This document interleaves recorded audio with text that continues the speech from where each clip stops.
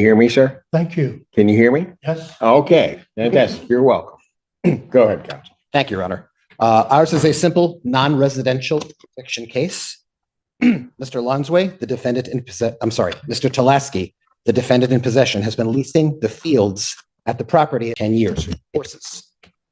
He's received the notice to quit, which was sent to him December 6th, 2023, informing him to remove his horses and vacate the property by February 1st, and he has not done so. It is a fundamental principle of property law that a fee simple property owner has the right to exclude anyone from their property for any reason or no reason at all. We're not obliged to justify to the defendant or this court the reason for the eviction, but in the interest of fairness and to put it on the record, I'd like to do that. You're going to give me a lecture on doing for 35 years? Well, no, I know, sir. You're quite qualified. I know that. This is simply, it has nothing to do with animosity. It's purely a question of liability. Maintaining this property for the keeping of horses has become prohibitively expensive. The fences around the property are rotting and fallen down. Whole sections of the fence are being held up by steel posts wired to the rotting fences. My client intends to just tear down the fences because of their disrepair. The defendant's horses got out on 3 occasions last year, and luckily they stayed on the property, but we fear they will wander into the road or worse. There are other annoyances, but they pale by comparison to the liability and the fence repair cost issues, which my client simply cannot keep up with. The defendant needs to get out immediately and hopefully pay my client for the months that he has overstayed. This is not an eviction for failure to pay, although he has failed to pay. Either way, we need as soon as possible. Thank you. Okay, it's far hard for me to hear what I'd like to see what he said, but anyway, go ahead. My turn? Yes. Okay. I've been doing horses for 50 years in this area. Whitmore Lake, Livingston County, Oakland County, and I was at places 18 years. This place with Mr. Lonsway was 12 years, and this all started in November of 2021 when they had a big cow barn. He has 3 pastures that I rented, and he had a big cow barn that it burned down. It burned down because Mr. Lonsway put a chicken coop inside the barn with a heat lamp, and I was called by neighbors that the barn was burning, and the police, the fire department were out there. It's a long driveway, and they were pumping water, and they finally put the fire out, and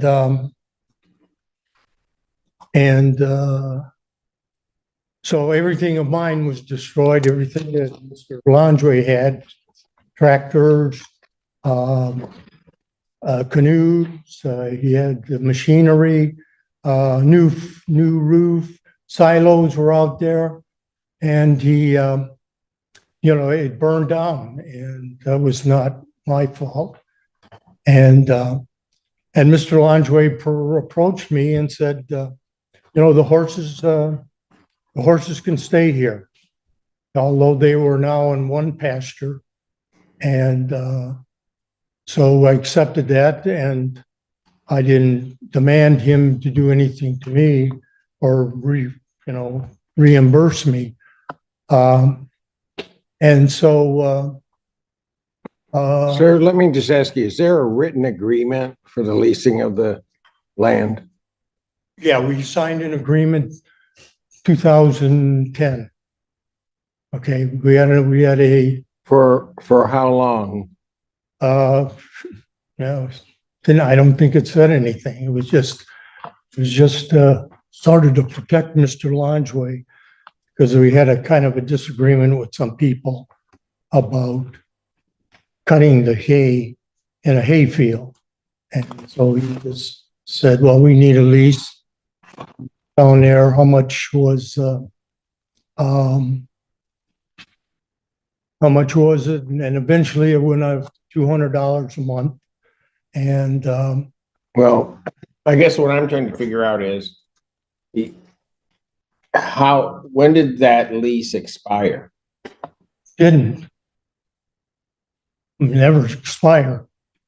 Never, there was no limit other than Mr. Longway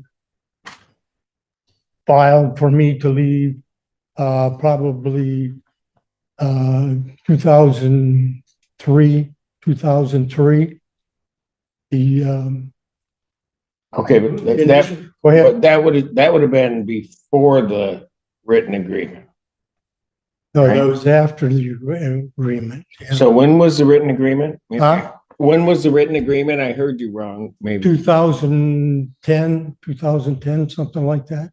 All right, but you said he filed to have you leave in 2003? Or No, did you mean no. 2013? No, 2023.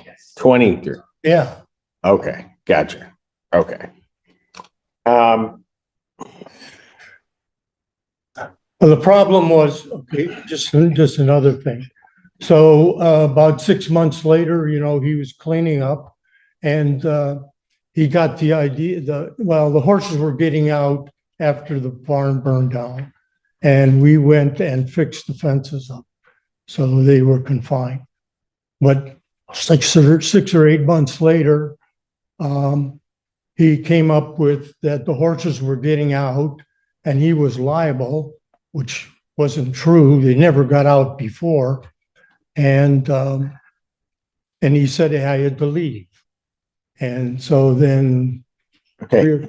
So first of all, help me. How many horses are there? There were 3 on one side, 1 on the other side. So a total of 4. Yeah. Okay.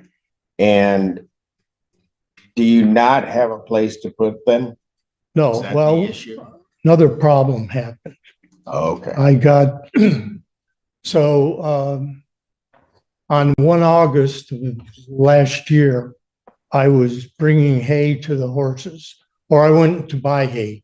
I couldn't buy the square bales, so I looked for some round bales. I found 2 of them. And so I loaded them up and I brought them to one was a big one was a small one. I loaded the small one when I got to the farm into one paddock. And I went to unload the big one and I couldn't.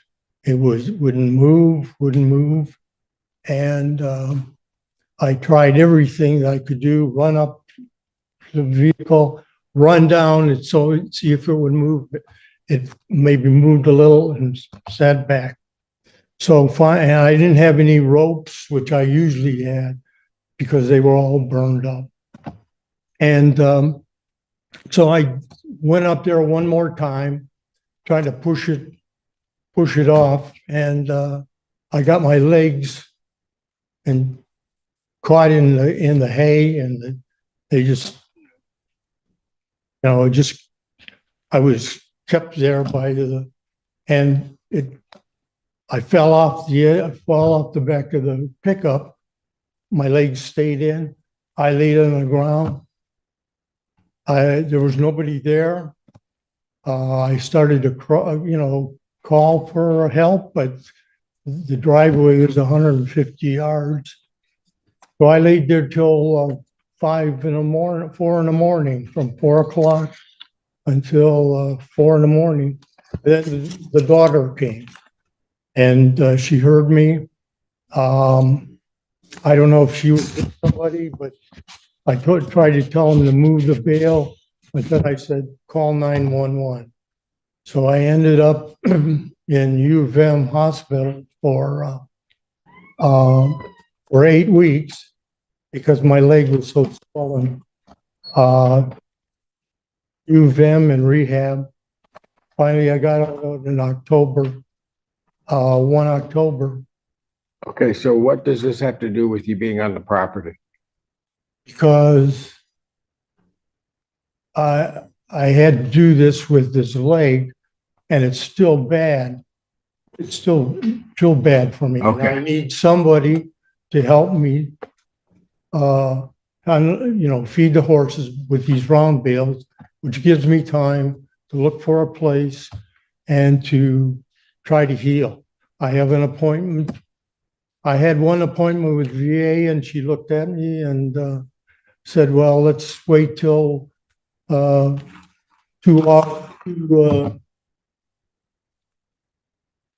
April and we'll look at it again.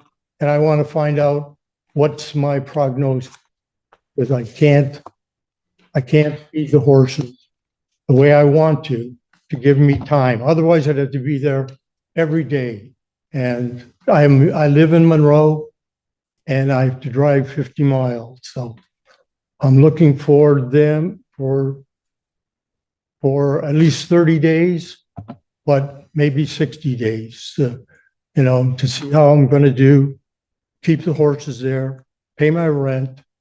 And Mr. Lanchway said I could stay, and then he changed his mind based on error, if nothing else. Go ahead. Okay, but what I'm hearing Yes. is that you'll move the horses, What? that you'll move the horses. Eventually, yeah, I have to move the horses. Well, eventually is probably the problem. Well, right, yeah. Because I'm in Monroe now. I have been there only a couple of years. I haven't found a place. I had one place lined up. They changed their mind. So, go ahead. So I get back to my question. How long do you think you need? I'm not Well, saying you'll get it, but how long do you need to get the horses? Well, I have an idea on the 2nd of April, but I would need at least 30 days to stay and have somebody there that will help me. I know he will. And so I can look for some more. I'd rather have 60 days. No, I know, but just so I'm clear what you're telling me. Yes. You're telling me that in 30 days, you could have the horses moved. If everything goes right, yeah, I could probably do that, but I don't want to be alone at a new place without an assurance that my leg will help me do the chores that I need. No, I understand that. Yes. But the issue isn't that part of it. The issue is that the horses need to be moved. Yes. Okay, so what I'm hearing is you're in agreement to that. It's just Oh, the sure. timing of the move. Yes. All right. Counsel, how soon is there any leeway you have regarding when the horses will move? Because I will just say this. Yes, sir. If it had to go to a judgment, you had to have the horses removed. And that means you're going to have to call somebody to move the horses, potentially board them. And that's an expense that your client will initially at least incur. So balancing that, is there any leeway in terms of time of the move of the horses? The defendant's had far longer than the statutory notice. He was on notice of this 9 months ago. We can accommodate 30 days. That's not unreasonable given Mr. Tuleski's situation, or somewhere thereabouts. 60 is probably a little bit too long. I wouldn't like to face my client and tell him that's how long it was, but 30 to 60 would be acceptable. Yes. I'll pay on the 15th of the month. So I would like to, continue that 15th of the month, 60 days in advance. And that's the way I've been paying. And just to keep the math right, so whatever the date is, it should be the 15th of the month. So today is 15th of the month, but I think after 2 April, and I see the VA, I'll have a better idea, and 15, so. But anyway, that's what I like. I think would be fair. Go ahead. Okay. If I gave you 30 days from today, and I can't, here's the problem. I feel for you regarding your leg, Yeah, but I can't condition the moving of the horses on that. Okay. I can't say, well, once you get better, then that's when it will happen. Yeah. I certainly can take that into consideration, but it seems to me that the issue here is that if you had them out by the week of the 15th, gave you that 15th of April, could you do that? again, I'd have to see what is available on the 2nd. Okay, And but here's going to be the, what I would be doing, sir, here's going to be the problem. yes, They're going to get a judgment for possession. The question is when will they be able to execute on that judgment to basically forcibly remove the horses from the premises? All right. If they do that, it's going to be a problem for everybody, quite frankly. Whenever we get into these cases, it's a problem all around. yes. Don't want to get to that point. So we're going to have to pick a date, and somehow or another, that date is going to have to be the date that happens, unless you guys come to some other thing if something happens. Yeah. But that's going to be the date of the court's order. Well, how about 30 April? 30 April. 30 April would be, Counsel? We can accept that, provided there's some type of penalty if he doesn't have them out. We can just turn the horses out, and what happens to them happens. My client is not in the position of being able to. Well, you caring for his horses. Can't do that, because if you can't just let him run. If it gets to that date, he's got to. Then what surety do we have, Your Honor, that he gets them out on the 30th? If you have a suggestion, Well, I'd like to hear it.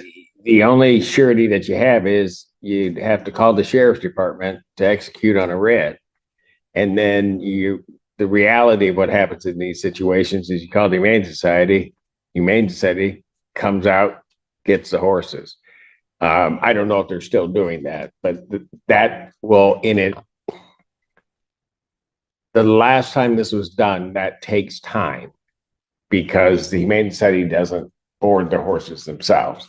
So then they have to find individuals to take the horses, which won't happen overnight. I'm learning far more about if you're asking for some guarantee, I can't give you a guarantee except a date where you can then exercise your legal remedies. Correct. Okay. That's the best that I can do. okay, I still plan to pay rent. I have money in my pocket. And so, he refused to take my money. So I'm willing to pay. Okay, so how much are you behind? So that's Okay, 15 January, 15 February, that's 1 month. February to March is 2 months. I got that in my pocket. so So then, you would be paid through March 15th. You're saying with what's in your pocket. yes. That's today. Yeah, Okay, and how much is rent? 200 a month. Okay, so you have 400 Yes, that you can get to the plaintiff. I could give, Okay, so now let me ask you this. When could you get the March 15th to April 15th payment made? anytime. I mean, Okay, I was so gonna do it yesterday, but okay, so Yeah. here's what we're gonna do. I'm gonna grant them a judgment for possession with the writ date being April 30th, 2024. thank you. You're to pay to the plaintiff the 400 plus an additional 300, Yes, which will then be I'm taking half of April. yeah. So you'll pay the 15 days in April. That'd be fine. All right. I can write him a check. I can write him a check today. Okay. I'll let you guys handle that because it's really not part of the case, but I'm going to order that be paid. Otherwise, I'll issue a writ sooner. Okay. So you pay through the 30th. You're going to be paying to the plaintiff a total of $700, which is really the Right, 400 yeah. that you have Sure. the next month and then the 15 days. Well, I'll pay him when, okay, that's fine. Yes. Okay. Yeah. And then a writ would issue on the 30th. Okay. Thank you. All right. Thank you, Your Honor. I need a judgment. You're welcome. You have one here that I can fill out? I don't. Not you. Are we good to go? But I think they might have some up front at the front counter. I have a I'll sign. blurb here. Would you like to have this? What's the blurb? Well, what happened over over the years. I gave You him. want me to read history? Yeah, it's up to you. I became a lawyer, so I don't have to do history or math. Okay. All right. That's what I usually tell clients.